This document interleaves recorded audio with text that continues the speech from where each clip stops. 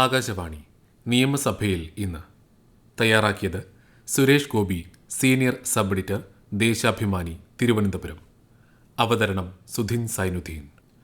15ാം കേരള നിയമസഭയുടെ 13ാം സമ്മേളനം മാർച്ച് 19 ബുധനാഴ്ച ചേർന്നപ്പോൾ ശ്രദ്ധ ക്ഷണിക്കലുകളും പ്രത്യേക ലിസ്റ്റിൽ അംഗങ്ങളുടെ ചോദ്യങ്ങൾക്ക് മന്ത്രിമാർ മറുപടി നൽകുകയും ചെയ്തു. കണ്ണൂർ തലശ്ശേരി മണോളിക്കാവ് ക്ഷേത്രോത്സവത്തോടനുബന്ധിച്ചുണ്ടായ സംഘർഷത്തിനിടെ ഉണ്ടായ സംഭവം സഭാ നടപടികൾ നിർത്തിവെച്ച് ചർച്ച ചെയ്യണമെന്ന നോട്ടീസിന് സ്പീക്കർ അനുമതി നിഷേധിച്ചതിൽ പ്രതിഷേധിച്ച് ഇന്ന് പ്രതിപക്ഷം സഭയിൽ വാക്കൌട്ട് നടത്തി. ബഹിരാകാശ പര്യവേക്ഷണത്തിന് ശേഷം ഭൂമിയിൽ മടങ്ങിയെത്തിയ സുനിത വില്യംസിനെയും സംഘത്തെയും സഭ അഭിനന്ദിച്ചു. കേരള സംസ്ഥാന പട്ടികജാതി പട്ടികവർഗ വിഭാഗ വികസന കോർപ്പറേഷൻ നൽകിവരുന്ന വിവിധ വായ്പാ പദ്ധതി വിപുലപ്പെടുത്തേണ്ടതിന്റെയും കോർപ്പറേഷനെ സർക്കാർ പദ്ധതികൾ ഏറ്റെടുത്ത് നടപ്പാക്കുന്നതിനുള്ള അക്രഡിറ്റഡ് ഏജൻസിയാക്കുന്നതിന് ബൈലോ ഭേദഗതി ചെയ്യേണ്ടതിന്റെയും ആവശ്യകതയിലേക്ക് UR പ്രദീപ് വകുപ്പ് മന്ത്രിമാരുടെ ശ്രദ്ധ ക്ഷണിച്ചു. മന്ത്രി OR കേളുവിനു വേണ്ടി മന്ത്രി P രാജീവ് മറുപടി പറഞ്ഞു.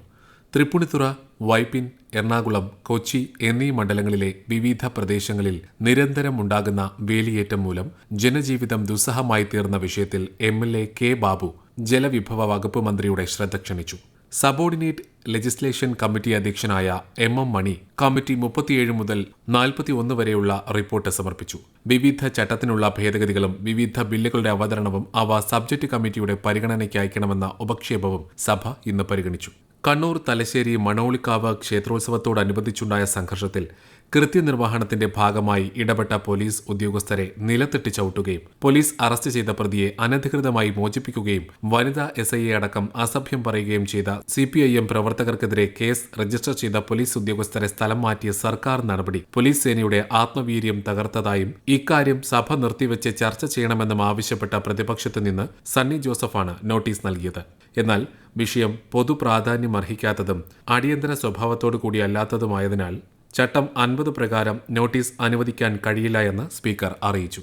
വിഷയം സബ്മിഷനായി സഭയിൽ അവതരിപ്പിക്കാമെന്ന് സ്പീക്കർ പറഞ്ഞപ്പോൾ റൂൾ 50 അവതരിപ്പിക്കാൻ അനുമതി നൽകണമെന്നും പ്രതിപക്ഷ നേതാവ് VD സതീശൻ ആവശ്യപ്പെട്ടു.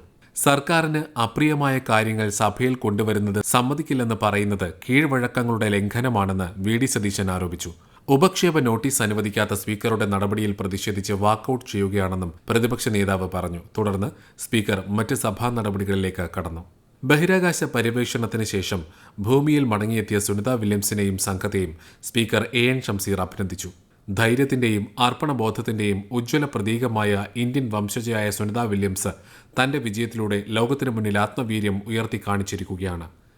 ഈ അസാധാരണ നേട്ടം രാജ്യത്തിനും അഭിമാനമാണ്. ബഹിരാകാശ പര്യവേക്ഷണത്തിലെ ഈ വിജയം ലോകമെമ്പാടുമുള്ള സ്ത്രീകൾക്കും യുവജനങ്ങൾക്കും പ്രചോദനമാകേണ്ടതാണെന്നും അദ്ദേഹം പറഞ്ഞു.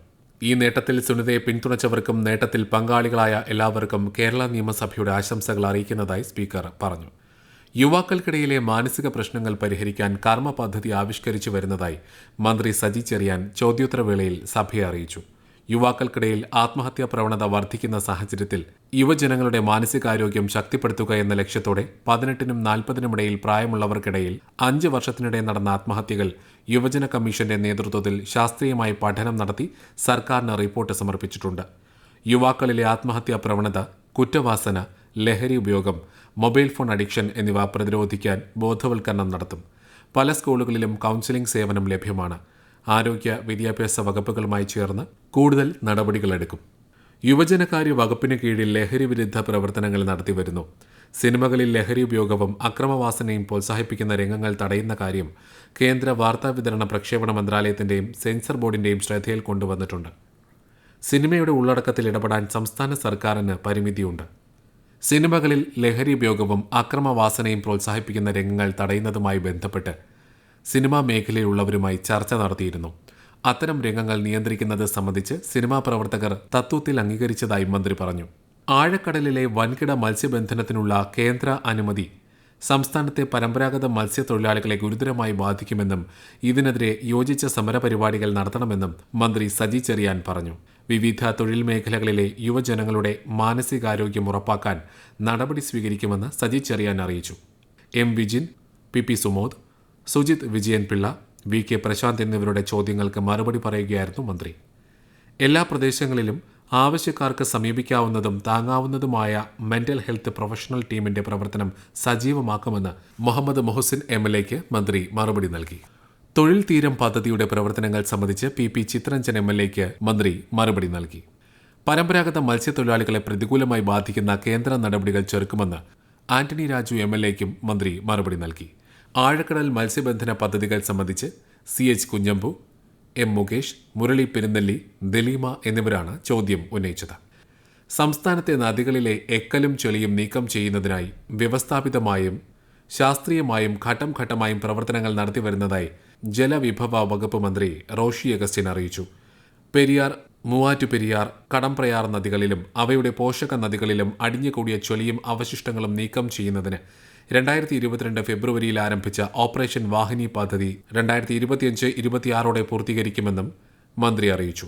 ഭാരതപ്പുഴയടക്കമുള്ള നദികളിലെ എക്കലും ചെളിയും നീക്കുന്നതിന് പാരിസ്ഥിതിക പഠനം നടത്തും. ജനങ്ങളുടെ ആശങ്ക അകറ്റി ബഫർ സോണിൽ നിർമ്മാണ പ്രവർത്തനങ്ങൾ പരിഗണിക്കുമെന്നും മന്ത്രി അറിയിച്ചു. ജലസംഭരണികളുടെ സമീപ പ്രദേശങ്ങളിലെ നിർമ്മാണ പ്രവർത്തനങ്ങൾക്ക് നിയന്ത്രണമുണ്ടാകും. 2021 ഡാം സേഫ്റ്റി ആക്ട് പ്രകാരം നിർമ്മാണ പ്രവർത്തനങ്ങളിൽ തീരുമാനമെടുക്കും. നിലവിലെ പ്രവർത്തനങ്ങൾക്ക് ബാധകമല്ലെന്നും മന്ത്രി പറഞ്ഞു.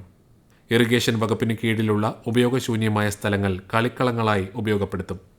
പിന്നാക്ക വിഭാഗ കോർപ്പറേഷനിൽ നിന്നും ഈ സർക്കാർ അധികാരത്തിൽ വന്നതിന് ശേഷം 3,64,545 ഗുണഭോക്താക്കൾക്ക് 3,643.16 കോടി രൂപ വായ്പയായി അനുവദിച്ചതായി മന്ത്രി OR കേളുവിനു വേണ്ടി മന്ത്രി P രാജീവ് മറുപടി നൽകി.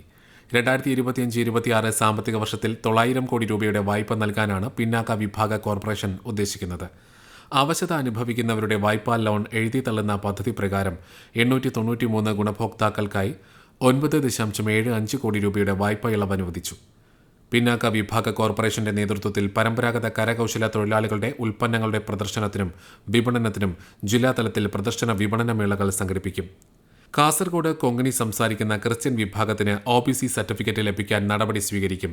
പട്ടികജാതി വിഭാഗങ്ങൾക്കുള്ള പദ്ധതികളിൽ വെട്ടിച്ചുരുക്കിയ പണം തിരികെ നൽകാൻ നടപടിയുണ്ടാകും. പിന്നാക്ക വിഭാഗ കോർപ്പറേഷനിൽ നിന്നും വായ്പയെടുത്ത സ്റ്റാർട്ടപ്പുകളുടെ വിജയത്തിനായി പുതിയ സംരംഭകർക്ക് ബോധവൽക്കരണം നൽകുമെന്നും മന്ത്രി അറിയിച്ചു. കോഴിക്കോട് കസബ ശാന്തിനഗർ നിവാസികളുടെ പട്ടയ പ്രശ്നം പരിഹരിക്കുമെന്ന് റവന്യൂ മന്ത്രി K രാജൻ നിയമസഭയെ അറിയിച്ചു. മണിമല വില്ലേജിലെ റവന്യൂ ഭൂമി സാമൂഹ്യനീതി വകുപ്പിന് കൈമാറും. ആലപ്പുഴയിൽ വേമ്പനാട് കായൽ തദ്ദേശ സ്ഥാപനങ്ങളുടെ സഹായത്തോടെ ശുചീകരിക്കുന്നതിന് പ്രത്യേക പദ്ധതി ആവിഷ്കരിക്കുമെന്ന് തദ്ദേശ ഭരണ വകുപ്പ് മന്ത്രി MP രാജേഷ് അറിയിച്ചു. ദേശീയപാത 66 അടിപ്പാത മേൽപ്പാത നിർമ്മാണം സമയബന്ധിതമായി പൂർത്തിയാക്കുമെന്ന് പൊതുമരാമത്ത് മന്ത്രി മുഹമ്മദ് റിയാസും പറഞ്ഞു. നിങ്ങൾ കേട്ടത് നിയമസഭയിൽ ഇന്ന്.